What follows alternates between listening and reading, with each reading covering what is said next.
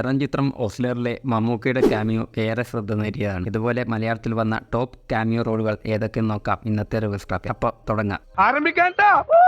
സൽമാൻ സുള്ളർക്ക് സമാധാനത്തിലെ അധോലോക ദാമോദർജിയെ ആർക്കും മറക്കാൻ സാധിക്കില്ല.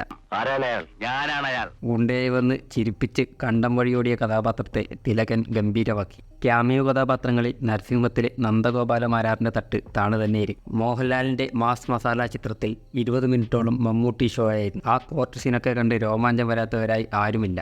ഒരൊറ്റ സീൻ കൊണ്ട് പ്രേക്ഷകരെ കയ്യിലെടുത്ത മോഹൻലാൽ കഥാപാത്രമായിരുന്നു സമ്മർ ഇൻ ബത്ലഹേമിലെ നിരഞ്ജൻ. ക്ലൈമാക്സിലെ അവസാനത്തെ 5 മിനിറ്റ് കൊണ്ട് ആ കഥാപാത്രം ഉണ്ടാക്കിയ ഇമ്പാക്റ്റ് ചെറുതല്ല. കഥ പറയുമ്പോഴിലെ അശോക് രാജ് പെർഫോമൻസ് കൊണ്ട് പ്രേക്ഷകരെ കരയിപ്പിച്ചു. അവസാനത്തെ ആ സ്പീച്ചൊക്കെ മമ്മൂട്ടിക്ക് മാത്രം സാധിക്കുന്നതാണ്. നിറകണ്ണുകളോടെ ഞാൻ ചോദിച്ചു, മലായിക്കാടങ്ങളൊക്കെ ഞാൻ ഇങ്ങനെ വീട്ടു. വെടിക്കെട്ട് പോലീസ് കഥാപാത്രങ്ങൾ ചെയ്ത സുരേഷ് ഗോപിയുടെ കോമഡി ക്യാമിയോ റോളായിരുന്നു മനുവങ്കളിലെ SI മിന്നൽ പ്രതാപൻ. മനുവങ്കളിൽ മോഹൻലാലും സ്വന്തം പേരിൽ തന്നെ ഒരു ക്യാമിയോ റോളിൽ എത്തിയിട്ടു. ആക്ഷൻ ഹീറോ ബിജുവിലെ 5 മിനിറ്റ് ക്യാമിയോയിലൂടെ സൂരജ് വെഞ്ഞറമുണ്ട് പ്രേക്ഷകരുടെ കണ്ണ്. സന്ദേശത്തിലെ ഇന്നസെന്റിന്റെ SM സഹായിജി ചിരിപ്പിച്ചിട്ടാണ് പോയത്. നാരിയൽ കാ പാനി സീൻ ആരും മറന്നിട്ടുണ്ടായില്ല. ഇന്ത്യൻ റുപ്പിയിലെ ക്ലൈമാക്സിൽ ആസിഫ് അലിയുടെയും ഫഹദ് ഫാസിലിന്റെയും ക്യാമിയോയും ആനന്ദത്തിലെയും ട്രാഫിക്കിലെയും ന്യൂൻ ബോളിയുടെ ക്യാമിയോയും അപ്രതീക്ഷിതമായിരുന്നു. സ്പീഡ് പേടിയില്ലല്ലോ.